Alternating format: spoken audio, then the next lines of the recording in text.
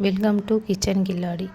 Evening டைமில் ஹெல்த்தியான snacks செய்யணும் அப்படின்னா இந்த நட்ஸ் கொழுக்கட்டை ட்ரை பண்ணி பாருங்கள். புழுங்கலரிசியை வச்சு இந்த கொழுக்கட்டை எப்படி செய்யலாம் அப்படின்றத பார்க்கலாம் வாங்க. 500 கிராம் அரிசிக்கு 400 கிராம் வெல்லம் எடுத்துக்கலாம். அதை நசுக்கி தண்ணி ஊற்றி கொஞ்சம் கொதிக்க வச்சு ஸ்டவ் ஆஃப் பண்ணிவிடுங்க. அதில் இருக்கிற மண்ணெல்லாம் அடியில் அப்படியே தங்கிடும். அதுக்கப்புறம் வடிகட்டி யூஸ் பண்ணிக்கலாம். வானலில் ஒரு 4 ஸ்பூன் தேங்காய் எண்ணெய் எடுத்துக்கலாம். தேங்காய் சின்ன சின்ன பீஸாக கட் பண்ணி ப்ரௌன் ஆகிற வரைக்கும் வறுத்து தனியாக எடுத்து வச்சுக்கோங்க.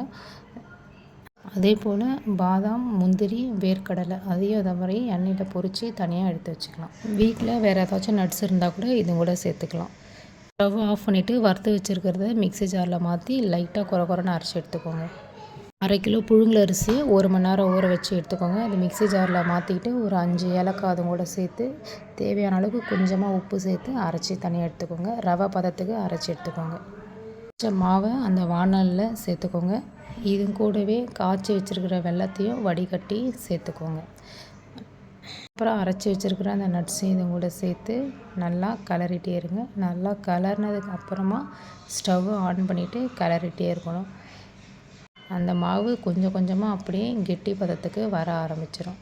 அந்த மாதிரி கெட்டி பதத்துக்கு வந்த உடனே ஸ்டவ்வை கொஞ்சம் சிம்மில் வச்சுக்கிட்டு நல்லா கிளறிக்கிட்டே இருக்கணும். பாருங்கள், கொஞ்சம் கொஞ்சமாக அந்த மாதிரி கெட்டியாகிட்டே வருது. இந்த டைமில் சிம்மில் வச்சுக்கிட்டு நல்லா கிளறிட்டே இருந்தோம் அப்படின்னா கொஞ்சம் நேரத்தில் அது அப்படியே நல்லா கெட்டியாகிடும். ஸோ இந்த மாதிரி கெட்டியான உடனே ஸ்டவ் ஆஃப் பண்ணிவிட்டு ஒரு 5 நிமிஷம் அப்படியே ஆற விட்டுருங்க.